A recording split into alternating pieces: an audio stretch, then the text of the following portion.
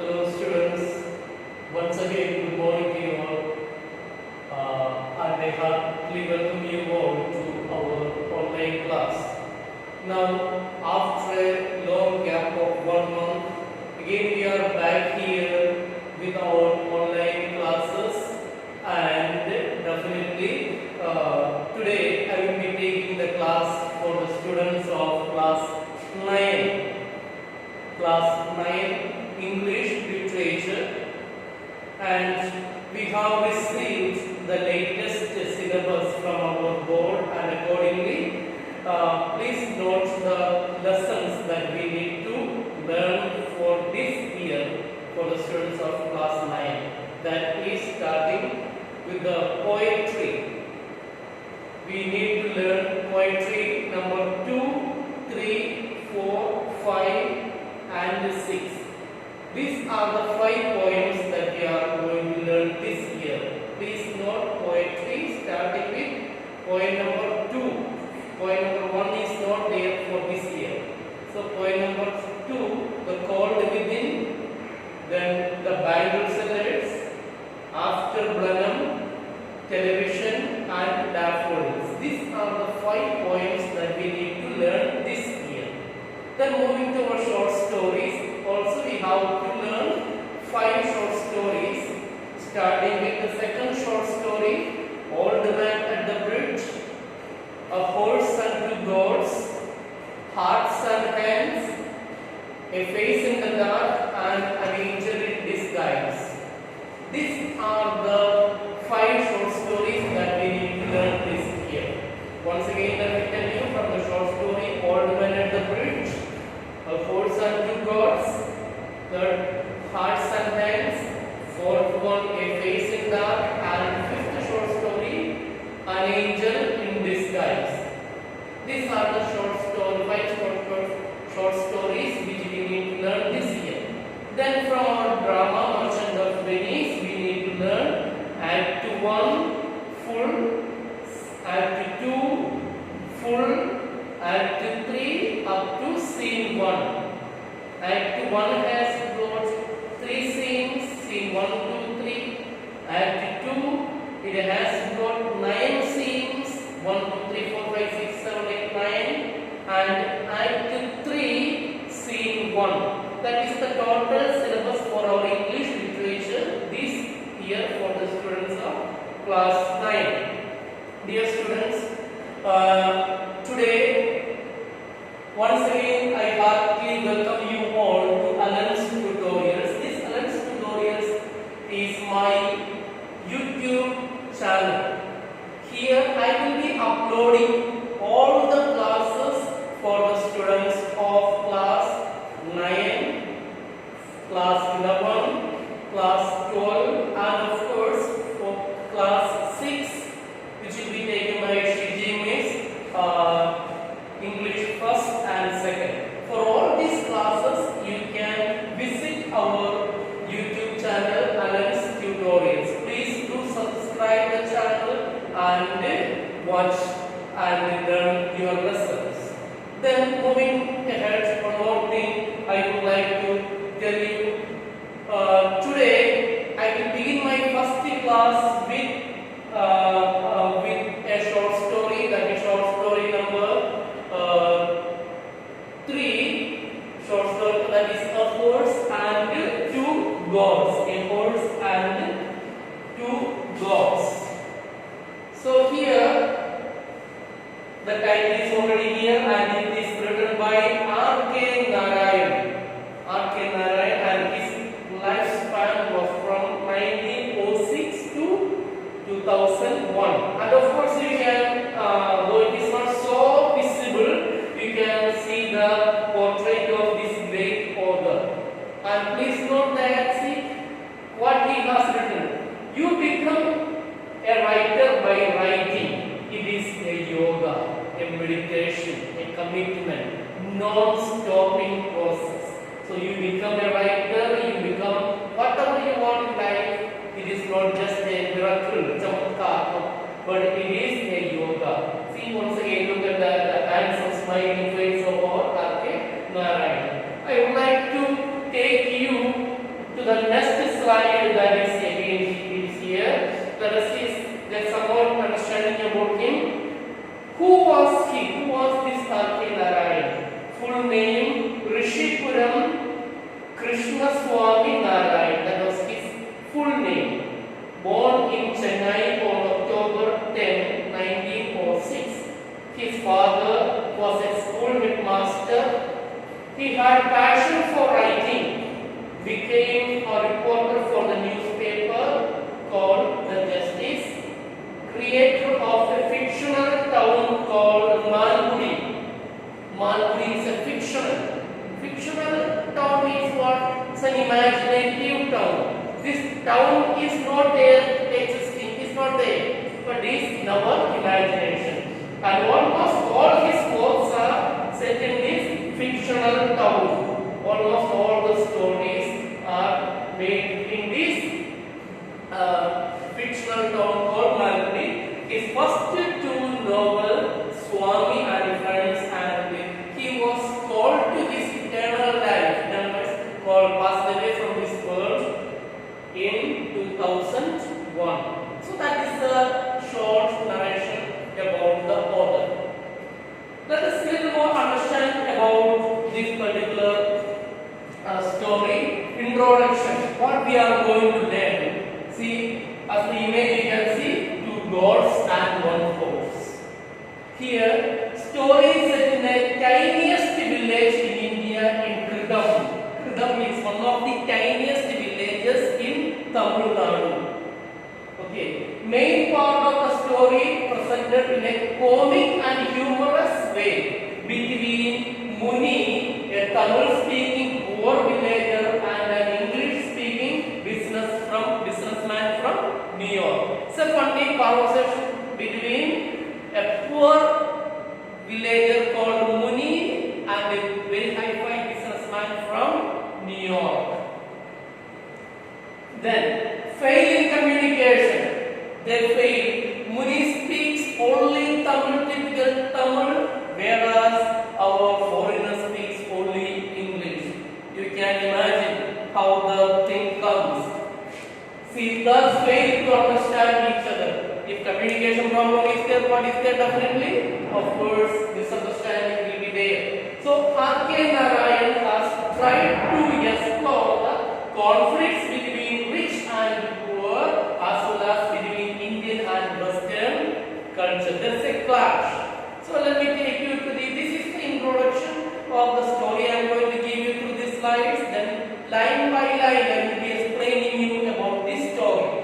Let me take you to this one. The main characters of this particular story: Muni as a doll, the poor villager from Kridam, Tamil Nadu, an American, he is from New York, and Muni's wife. These are the three characters that we find in this particular story.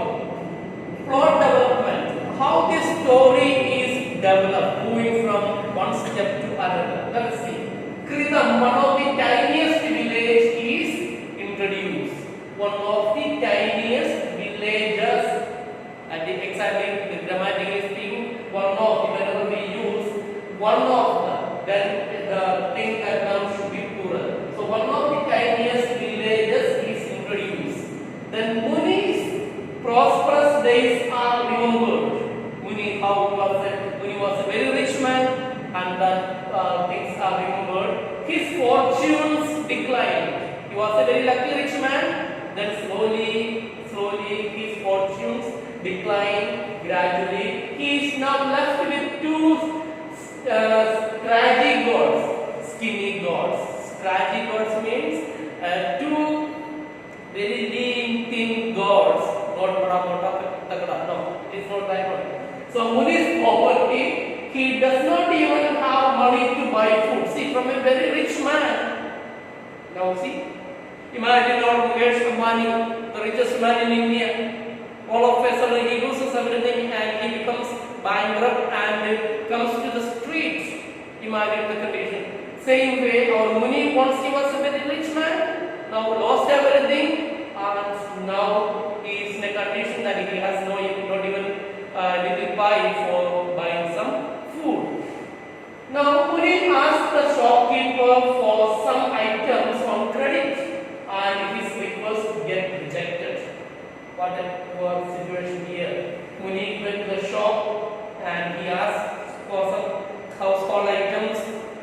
The shopkeeper don't give, so he felt very bad. Then Muni takes the goats to the highway. So Muni had two scratchy goats and he takes them for grazing, feeding in the highway side to graze and sits on the pedestal of the horse statue. Pedestal, you know, the stand upon which something is kept, especially the statue. A foreigner wants to buy the statue from Muni. So, our foreigner from America, New York, a coffee dealer, definitely speaking, he comes and he wants to buy that horse statue, thinking that Muni is the owner of this particular statue. Then mistaking Muni to be the owner. Then continued plot development, stories developed. Language acts as a barrier between Muni and the American. Now language problem, communication problem happens. Then the foreigner hands him 100 rupees as the sale price of the statue. What is the statue here? The horse is the statue, alright. So he hands over 100 rupees. Then Muni thinks that the foreigner has bought his two gods. Muni thinks that the foreigner has bought his two saggy gods, two skinny gods, and that price is given, 100 rupees is given for that. The gods, after with that money, Muni returns home, and after a while, the gods follow Muni, and he is accused of thievery by his wife. Now, when Muni reaches home, he shows this 100 rupee notes to his wife, and Muni's wife tells, no, you have theft from somewhere. चोरी किया है, चोरी का पैसा, हम यहाँ नहीं रहेंगे, हम अपने मायके चले जाएंगे. We say Muni's wife, and to his surprise, after a few minutes, the two gods returned home in search of Muni, beating the sounds. Alright, so that is the plot development. That is the way we are going to learn. See, look at this image. Our poor Muni is here. See what a renaissance, and the foreigner is here. Then again, moving from there, again statues here, two gods here. Again, the summary. I am not going to spend time here in the spending. Already have told the plot development. So I will be uploading all these things in my YouTube channel. But what are the themes that we are going to learn in this one? That is very important. So, clash of culture, Indian culture and American culture, the materialism versus spiritualism. Muni is so much spiritual, religious man who believed or trusted fully in God, whereas our foreigner did not mind about such things. Then wealth and poverty, wealth from the side of the foreigner and poverty from the side of our Muni, then knowledge and ignorance. Foreigner has got ample knowledge, whereas our poor person here, see, Muni is studying here, Muni is sitting here, his wife is cooking something. Alright? So, the title of the story, Two Gods and a Horse. Very hard as the story revolves around the horse and two gods. Story circles around horse statue. The story takes the turn when the gods were taken for grazing. So this is the turning point. The gods were taken for grazing, and there comes the foreigner and makes a deal there. And unfortunately, our Muni thought this money is given for him for his skinny gods, but that was not the thing. Then by the foreigner, the gods returned to the house of Muni, makes the story interesting. Thus, the title of the story is more appropriate. Now, I would like to take your attention to our class. So already I have given an introduction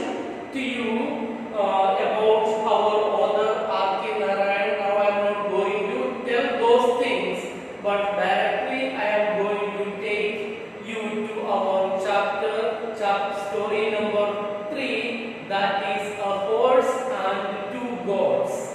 See, this in your book, textbook. In my textbook, it is page number 52. It's an old book. But the content is saying your page may be different as you have a new book. Please note about that one. So here I am going to read and explain the story that is a horse and two goats. Please look at the textbook as I explain. R.K. Narayan is the author. I have already introduced R.K. Narayan to you. Now, let us begin, dear students. Are you ready? Getting bored? No, man. Come on. Alright. Just pay attention. You are really helpless. All the teachers miss you all. But in this situation, the only option is this one, online class. Alright. Okay, take care. One of the 700,000 villages dotting the map of India, Kridam was probably the tiniest indicator in the district survey map of the microscopic dot. So almost 700,000 villages we will find if we look at the map of India. And Kridam, one of the tiniest villages in South India, in Tamil Nadu.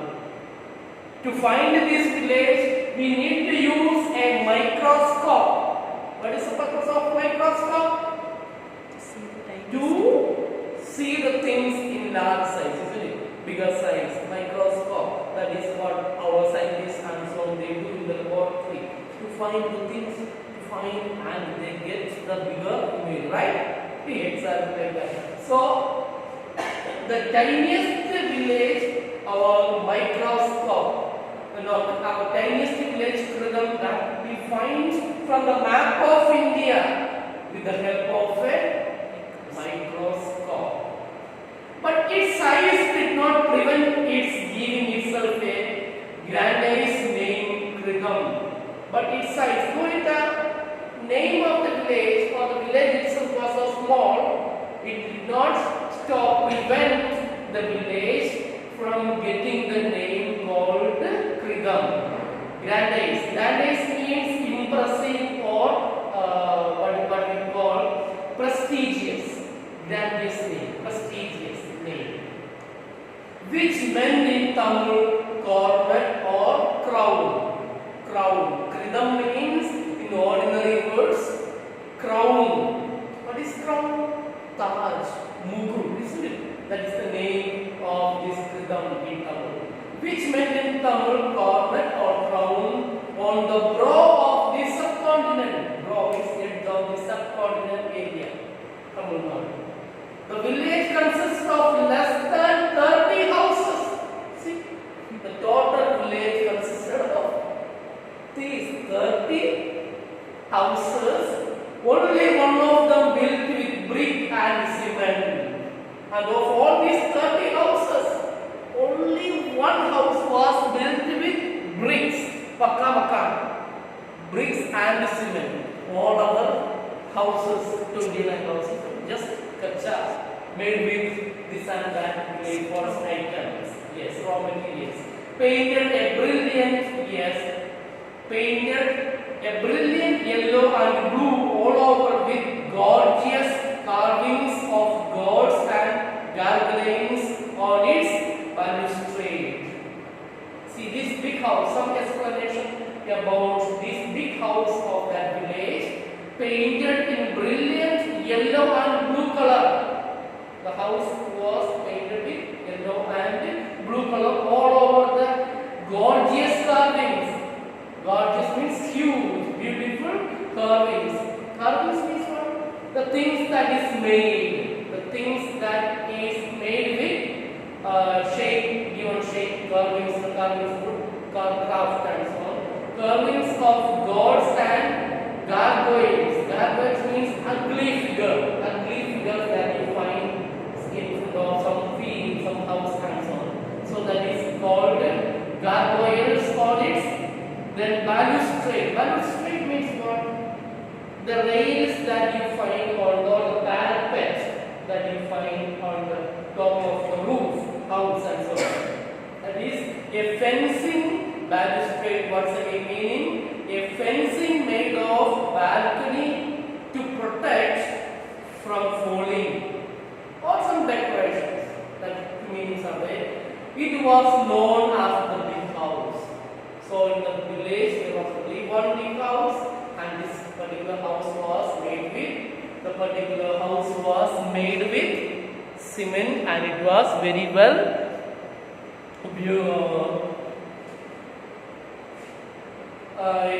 it was made with brick and cement.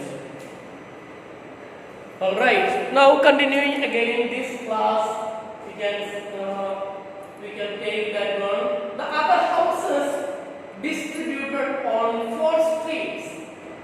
The other houses was distributed in 4 streets, were generally of bamboo thatch, bamboo huts, straw, mud and other unspecified material. All other houses in the village, they were made with what? These bamboo raw materials that were available in the village, like straw, mud and so on. Muni's was the last house in the 4th street. Muni's house, the last one in the 4th street. Muni's house, the last one in the 4th street, beyond which stretched the fields. Beyond Muni's house, the fields were stretched. In his prosperous days, now we are going to tell about the former condition or earlier condition of our Muni. In his prosperous days, Muni had owned a flock of 40 sheep and goats, and sullied forth every morning, driving the flock to the highway a couple of miles away. In his prosperous days, Muni was the malik of 40 sheep and goats. That was a rich man. Earlier times, people were considered rich or poor based on the animals they possessed.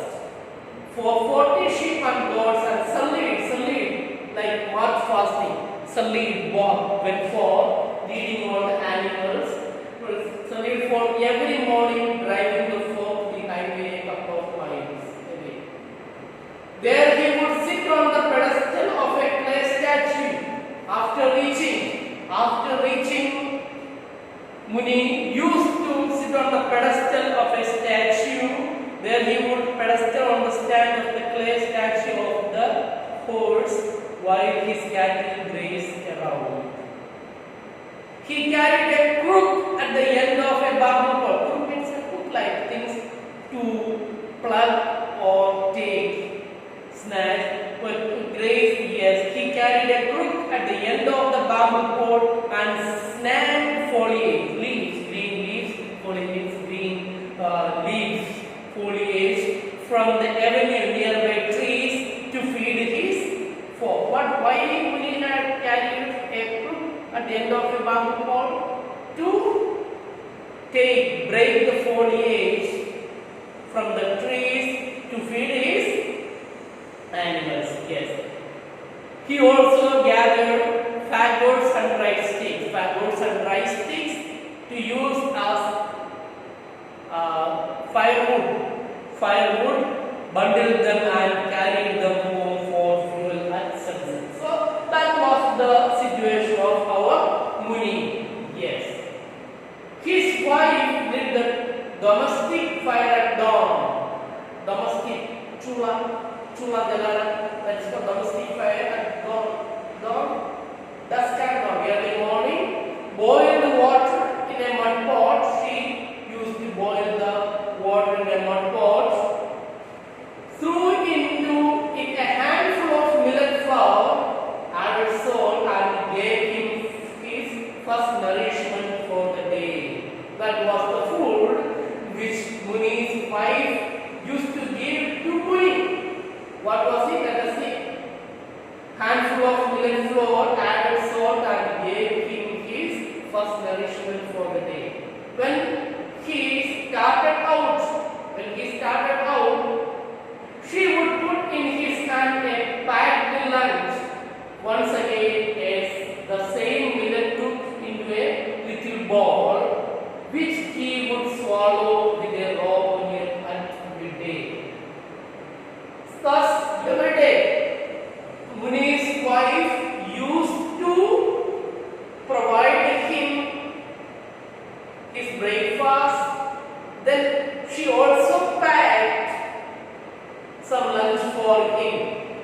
when Muni went for raising the sheep and goats. His fortunes have declined gradually, slowly. His fortunes came down unnoticed. From a flock of 40, which he drove into a pen at night is tent, where the animals are protected, that is called tent, not this pen. The spelling is pen, but where our Gera Banke, that is called in Gera Banke, with a pen at night, his flock had now come down to the two gods. From 40, all the animals died, and now what Muni has got? Two skinny gods, which were tethered to the trunk of the drumstick tree. Tether means tied animals. Drumstick tree, which grew in front of his hut, and from which occasionally Muni could shake down drumsticks. So, right in front of our Muni's house, there was a drumstick tree, and Muni used to tie his two gods on that drumstick tree, and occasionally he would shake down the drumstick from the tree for cooking. Alright. This morning he got six. He got 6 drumsticks. He carried them in with a sense of triumph. Triumph victory. Muni got this morning, particular morning, Muni shook the drumstick tree, and he got how many drumsticks? 6. And like a winner, he carried them to his house. Although no one could say precisely who owned the tree, no one exactly could say who was the owner of this tree, it was his because he lived in its shadow. Muni claimed this tree as his own, as no one could exactly take the ownership of this tree. Alright. His wife said, "If you were content with the drumstick leaves alone, I could boil and salt some for you." Muni's wife is telling, his wife said, "If you were content, satisfied with the drumstick leaves alone, I could boil and salt some for you. I could boil some drumstick leaf and salt for you to eat. Oh, I am tired of eating those leaves." Muni says, "I am really fed up with eating this drumstick leaves. Please don't cook. Now I have a carving to chew the drumstick out of sauce. I tell you, I am fed up with eating this drumstick leaf. Now I have a carving, decide to chew, bite the drumstick out of sauce. I tell you." Now let us see what our Muni's wife is telling. "You have before taken your jaw, upper jaw, lower jaw." So Muni's teeth condition is very bad. 2 in upper jaw, 2 in the lower jaw. Yes. "You have only 4 teeth in your jabde par, 4 दांत ही बचा है. But your carving is for big things. Your desire is too much, too high. You don't even have the teeth to chew the drumstick. But your desire is for high things. Imagine you provide a very mutton sabji for an old person who has no teeth at all. How he would eat that? Maybe he cannot swallow. That may kill him, isn't it? So same way, Muni has got very 4 teeth, but his desire is for higher things. All right, get the stuff for the sauce, and I will prepare it for you. Okay, Muni, my fault. Anyway, get the things needed. I will prepare it for you. After next year, you may not be alive to ask for anything. Anyway, I will prepare it for you. Next year, some days you may not be alive for asking for eating this type of things. Excuse me.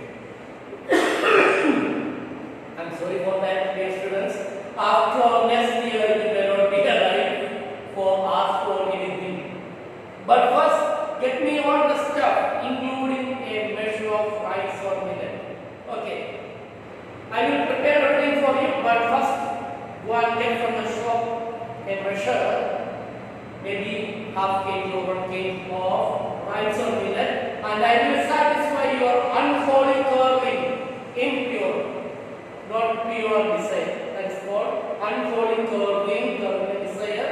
Our story is empty today. Please go to the shop and get the essential things, because our store, kitchen store is empty today. Dal, chili, curry leaves, mustard, coriander, then ginger oil, then and 1 large potato. These are the items that you need to bring from the shop. What let us see? Dal, chili, curry leaves, mustard, coriander, then ginger oil, and 1 large potato. Who asked? Muni's wife asked her husband to get all those things from where? From the village shop. Go out and get all this. He repeated the list after her in order not to miss any item, and walked off to the shop in the 3rd street. So Muni's house is in the 4th street and the shop was in the 3rd street. Repeating the things. Muni went to the shop. Muni sat patiently on an upturned packing case below the platform of the shop. Now Muni reached almost the shop and he sat on the upturned packing case. Packing case, you know, yes, below the platform of the shop. The shopman paid no attention to him. The shopman did not pay attention to Muni. Muni kept clearing his throat.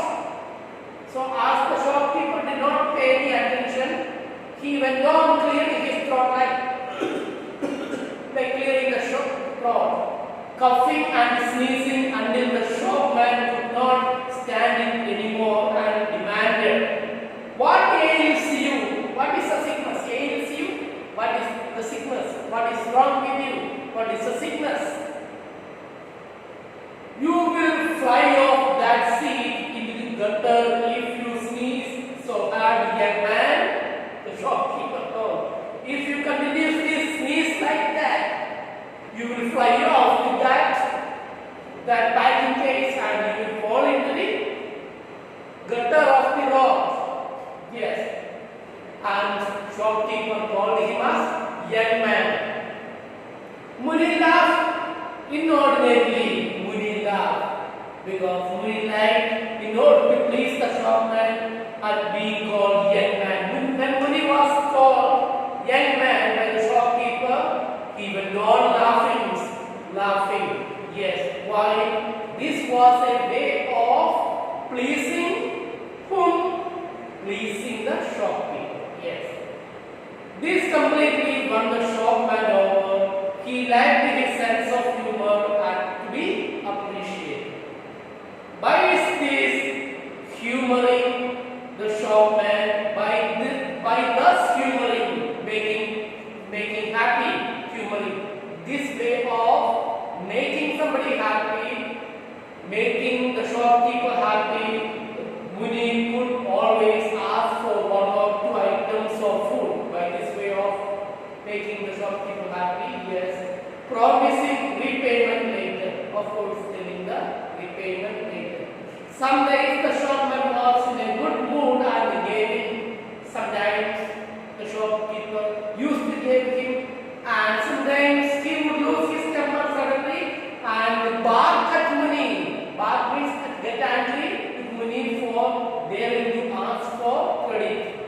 Sometimes the shopkeeper used to give the food items to Muni, and sometimes he barked at, got angry. The shopman said, "If you could find 5 rupees and a quarter, you will have paid off an ancient debt." All जो पहले जो भी किराया देने के लिए उसको मांग रहा है. See how much was this one? 5 rupees and a quarter. You will have paid off an ancient debt. how much have you got now? I will pay you everything on the first of the next month. Muni told, I will pay everything on the next month. He always, and whom did you expect the rob by then? As always, and whom do you expect to rob by then? तुम्हारी plan में Rob चोरी करना, किसको चोरी करने का plan बना रहे हो? By next month, yes. Muni felt cold and mumbled. Speaking Lord, my daughter has sent word that she will be sending me money. My daughter has brought the letter, has written the letter telling that she will be sending money next month. Has your daughter? Sneered the shopman, inquired. And she is sending you money? For what purpose? May I know? For what purpose? Your daughter is sending the money? Birthday, 50th birthday, said Muni quietly. Yes, she would be sending the money on my 50th birthday. How old are you? The shopman asked. How old are you? Muni repeated weakly, not being sure of it himself. 50. Muni was not sure of his own birthday. When he was born, he was not aware of that one. So he told 50, 50. If you ask your grandparents or great grandparents, definitely they will say their age is maybe 35, 40, 50 and so on, because they are not sure. Same way Muni is also not sure of his birthday. He always calculated his age from the time of the great famine when he stood as high as the parapet around the village wall. How Muni calculated his age? Please note this one. He always calculated his age from the time of the great famine. Garibi, Bhukmari, Kal padte samay. Great famine when he stood as high as the parapet, the boundary around the village well, but he could calculate such things accurately exactly nowadays with so many famines occurring. But who could? Now who could calculate such things accurately nowadays with so many famines occurring? The shopman felt encouraged when the other customers stood round to watch and comment.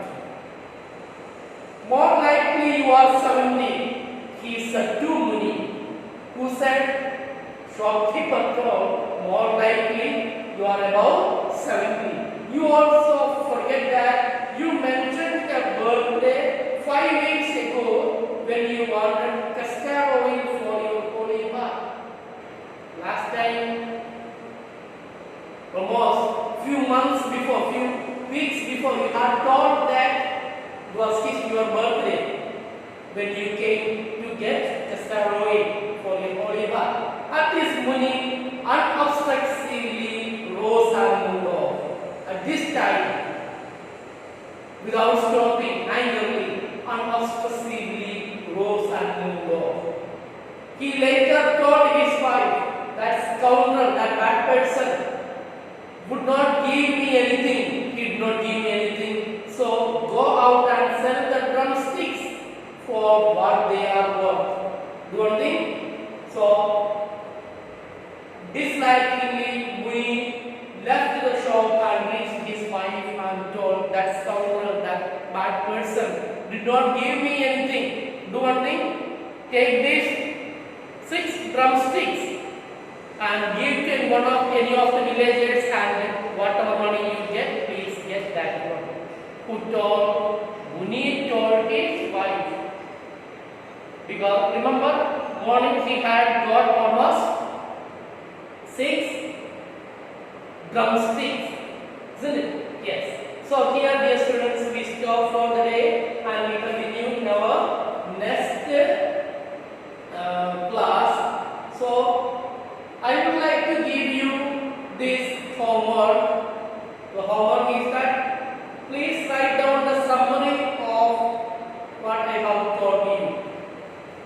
learn how to write down the summary that I have shown you through this slide. No, that is not the thing.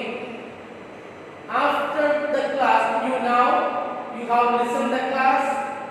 Now please read one time and write the summary of this story until this point, until this class. In your own words, in almost 8 to 10 sentences. Don't copy from the book. Please write down and keep writing the summary of the class continuously one after another. And I will be checking this summary book when you return. Alright? So for the time being, I stop here and we will meet in our